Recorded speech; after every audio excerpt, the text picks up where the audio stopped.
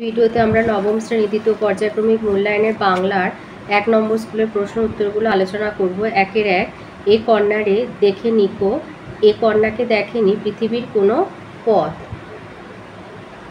এটা দিয়েছে আকাশের সাতটি তারা, জীবনানন্দ দাশের কবিতা থেকে। এই যে আকাশের সাতটি তারা, জীবনানন্দ দাশ।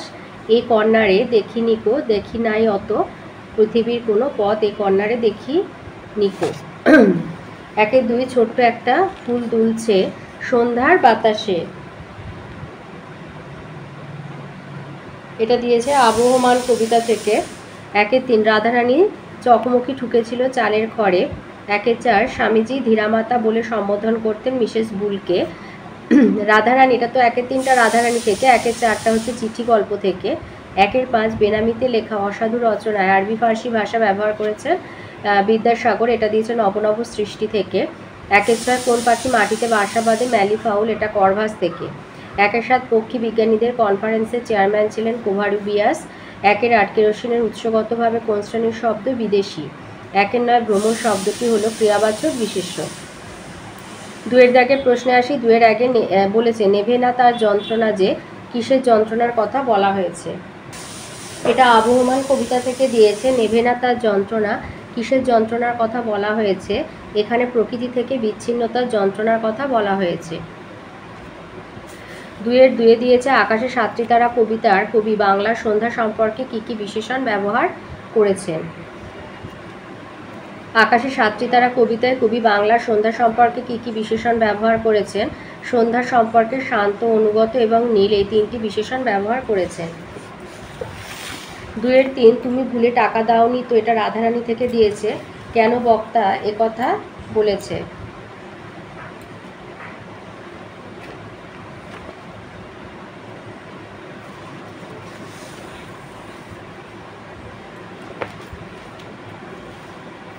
তুমি ভুলে টাকা দাওনি, তো কেন বক্তা একথা বলেছে। মালার দাম হিসেবে দেওয়া পয়সার আকৃতি এবং অন্ধকারেও তার ঔজ্জ্বল্য দেখে বক্তা রাধারানীর প্রশ্নোত্থিত মন্তব্যটি করে। দুয়ের চারে বলেছে এখন আমার দৃঢ় বিশ্বাস হয়েছে, যে বিশ্বাসটি কি। এটা স্বামী বিবেকানন্দের চিঠি গল্প থেকে দিয়েছে। স্বামীজির দৃঢ় বিশ্বাস হয়েছে যে ভারতের কাজে মিস নোবেলের এক বিরাট ভবিষ্যৎ রয়েছে।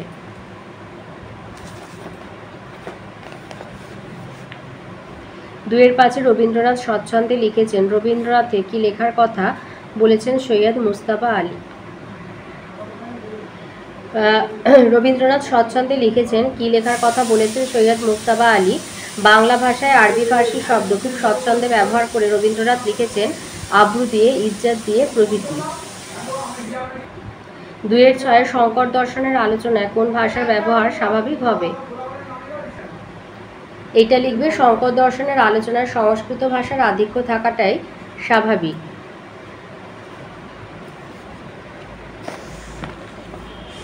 দুয়ের সাথে দিয়েছে সান্তিয়াগোর কোন কাগজে করভাসের খবর এবং ছবি বেরিয়েছিল। সান্তিয়াগোর কোন কাগজে করভাসের খবর ও ছবি বেরিয়েছিল। কোরিয়েরে দেল সান্তিয়াগোর শান্ত সংস্করণে করভাসের খবর এবং পেন্সিলের মুখে একটা ছবি বেরিয়েছিল। দুয়ের আটে দিয়েছে আর্গাস কত টাকা দিয়ে করভাসকে কিনতে চেয়েছিলেন। করভাসকে পাওয়ার জন্য আর্গাস প্রফেসর শঙ্কুকে 10,000 এস্কুডো অর্থাৎ 15,000 টাকা দিতে চেয়েছিলেন।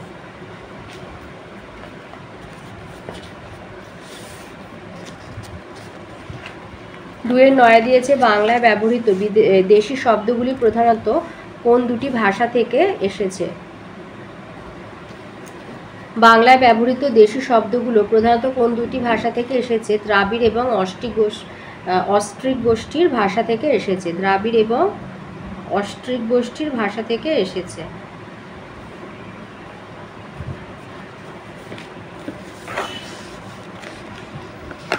দুয়ের দশে বলেছে ওটা রেখে দাও, কাজে লাগবে। এখানে ওটা, এই পদটা কি ধরনের সর্বনাম, দূরত্ববাচক সর্বনাম। দুয়ের 11, গাছেরও প্রাণ আছে চিহ্নিত পত্রে কি ধরনের বিশেষ্য, রূপাত্মক বিশেষ্য। দুয়ের 12তে দিয়েছে অজ্ঞাতমূল শব্দ কাকে বলে? আচ্ছা, অজ্ঞাতমূল দেশি শব্দ কাকে বলে? যেসব দেশি শব্দগুলির উৎস প্রাচীন উপলব্ধি করা গেলেও মূল খুঁজে পাওয়া যায় না তাদের অজ্ঞাতমূল দেশি শব্দ বলে, যেমন কোপাই, কাঁসাই, রিসরা ইত্যাদি। আর ওর সাথে তোমার 2-13-তে আছে আগন্তুক শব্দগুলিকে কয় ভাগে ভাগ করা হয়, কি কি? তাহলে আগন্তুক শব্দ হচ্ছে ভারতের বাইরে থেকে বা ভারতের অন্য প্রদেশ থেকে যেসব শব্দ বাংলা ভাষার স্বরূপে বা কিছুটা পরিবর্তিত হয়ে এসেছে তাদের আগন্তুক শব্দ বলে, যেমন আতর, অজুহাত, কাঁচি, অক্সিজেন। আগন্তুক শব্দকে 2 ভাগে ভাগ করা যায়, বিদেশি শব্দ আর ভারতের অন্য প্রদেশীয় শব্দ। এবারে 3-এর দাগের প্রশ্নে আসি। 3-এর 1-এ দিয়েছে এরই মাঝে বাংলার প্রাণ। কবি কোথায় বাংলার প্রাণকে অনুভব করেন? 3 নম্বরের এই যে কবি কোথায় বাংলার প্রাণকে অনুভব করেন উদ্ধৃত পঙ্ক্তিটি জীবনানন্দ দাশের আকাশে 7টি তারা কবিতা থেকে নেওয়া হয়েছে। বাংলাদেশ জীবনানন্দের কাছে শুধু এক ভূখণ্ড নয়, প্রাণময়ী মূর্তি। শব্দ, গন্ধ, বর্ণ, স্পর্শ দিয়ে কবিতাকে অনুভব করেন। আলোচ্য কবিতাটিতে তিনি বাংলার সান্ধ্যকালীন প্রকৃতির এক অপূর্ব বর্ণনা দিয়েছেন। হিজল, কাঁঠাল, বট প্রভৃতি বৃক্ষ, ধান গাছ, কলমি শাক, মুথা ঘাস, পুকুর, মাছ, কিশোর কিশোরী অর্থাৎ মানুষ, এই সব নিয়ে বাংলার পরিপূর্ণ প্রকৃতি। এই প্রকৃতির মধ্যেই কবি বাংলার জীবন্ত সত্তাকে উপলব্ধি করেছেন। 3-এর 2-এ বলেছে কে এইখানে হারিয়ে গিয়েও আবার ফিরে আসে, পঙ্ক্তিটির গূঢ়ার্থ লেখো। কে এইখানে হারিয়ে গিয়েও আবার ফিরে আসে পঙ্ক্তিটির তাৎপর্য বিশ্লেষণ করো। নীরেন্দ্রনাথ চক্রবর্তীর আবহমান কবিতায় যে মানুষ একদিন গভীর অনুরাগ দিয়ে গ্রাম্য সভ্যতা গড়ে তুলেছিল, সেই মানুষই নগর সভ্যতার বিকাশের সঙ্গে সঙ্গে স্বাচ্ছন্দ্য আর সমৃদ্ধির টানে গ্রাম ছেড়ে শহরে গিয়ে বাসা বেঁধেছিল। কিন্তু শহর জীবন ঐশ্বর্য আর সমৃদ্ধি দিলেও মানুষকে শান্তি দিতে পারেনি, তাই গ্রাম থেকে হারিয়ে যাওয়া মানুষ আবার শান্তির খোঁজে গ্রামেই ফিরে আসে। 4-এর 1-এ আছে কিন্তু আর আহারের সংস্থান রহিল না, কোন প্রসঙ্গে এই উক্তি এবং তাদের আহারের সংস্থান রইল না কেন? না থাকার কারণ হচ্ছে এটা বলেছে কোন প্রসঙ্গে এই উক্তি তাদের আহারের সংস্থান রইল না কেন, এটা রাধারানী গল্প থেকে নেওয়া হয়েছে। একজন জ্ঞাতির সঙ্গে সম্পত্তি নিয়ে মামলায় রাধারানীর বিধবা মা হাইকোর্টে হেরে যায়। জ্ঞাতি ডিক্রি জারি করে তাদের পিতৃপুরুষের ভিটে থেকে উচ্ছেদ করে 10 লক্ষ টাকার সম্পত্তি দখল নেয়। খরচ এবং পাওনা শোধ করতে বাকি সব অর্থ চলে যায়। গয়না ইত্যাদি বিক্রি করে রাধারানীর মা প্রিভি কাউন্সিলে আপিল করলেও খাবার জোগাড়ের অবস্থা তাদের আর থাকে না।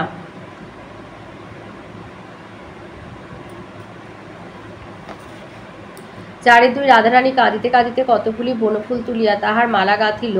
রাধারানীর পরিচয় দাও, তার মালা গাঁথার উদ্দেশ্য কি? লিখবে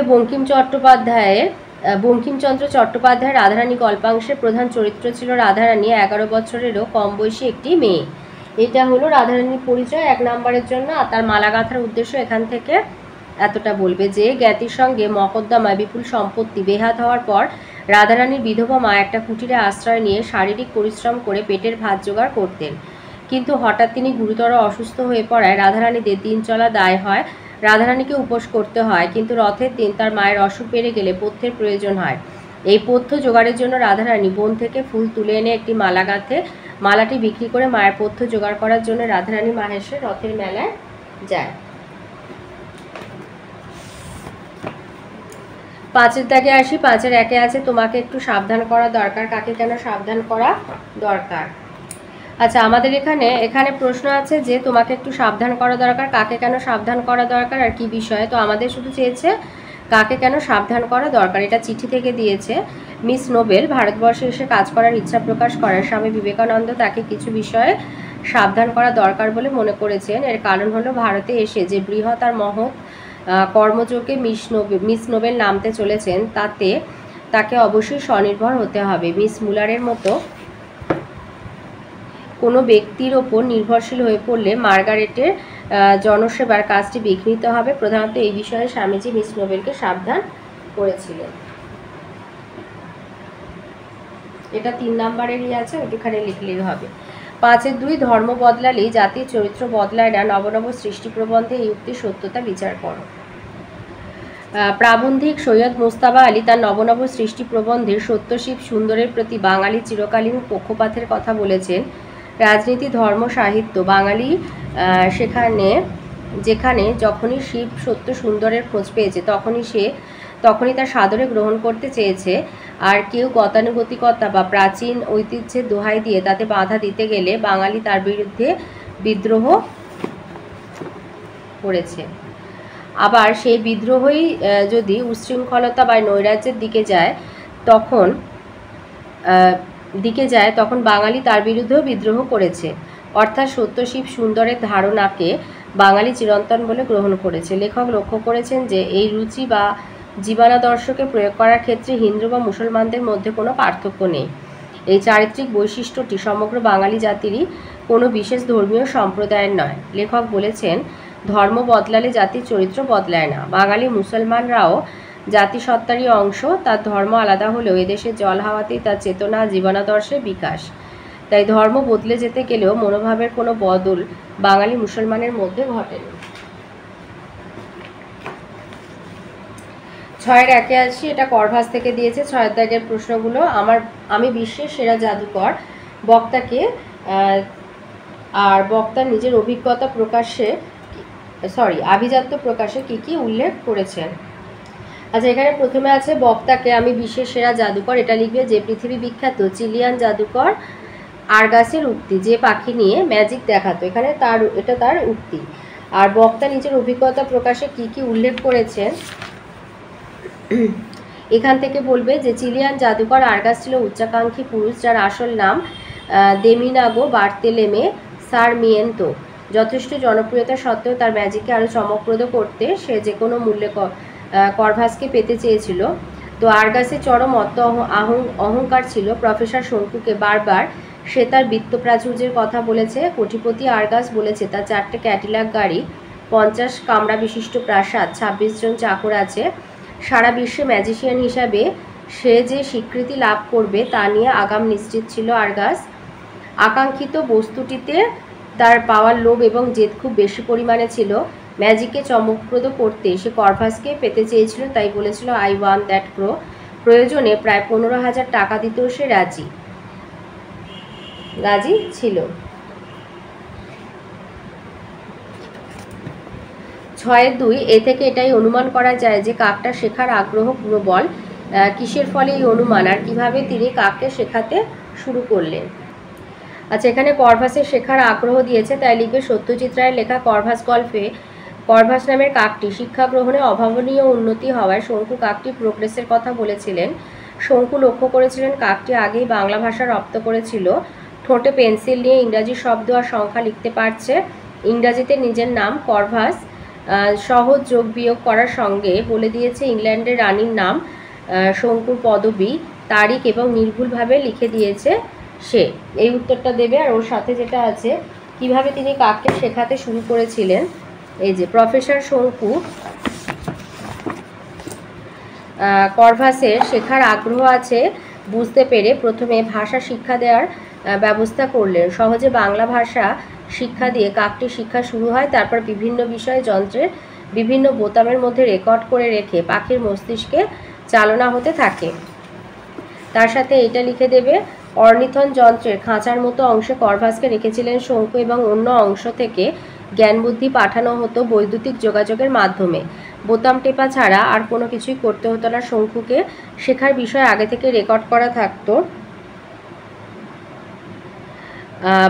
বিভিন্ন চ্যানেলে বিভিন্ন বিষয়, প্রত্যেকটার আলাদা আলাদা নম্বর। বোতাম টিপলে কাকটার চোখ ধীরে ধীরে বন্ধ হয়ে আসতো আর নড়াচড়া যেত বন্ধ হয়ে। এইভাবে পাখিটি মানুষের জ্ঞান বুদ্ধি লাভ করার শিক্ষা পেতে থাকে। আর এখানে 7-এর দাগের তোমাদের ভাবার্থ লিখতে দিয়েছে আর সারাংশ। তো এগুলো আমি যেগুলো দরকার বলবে আমি কমিউনিটিতে পোস্ট করে দেবো। তো এই ছিল আজকের আমাদের 9ম শ্রেণীর দ্বিতীয় পর্যায়ক্রমিক মূল্যায়নের বাংলার 1 নম্বর স্কুলের প্রশ্নের উত্তরগুলো।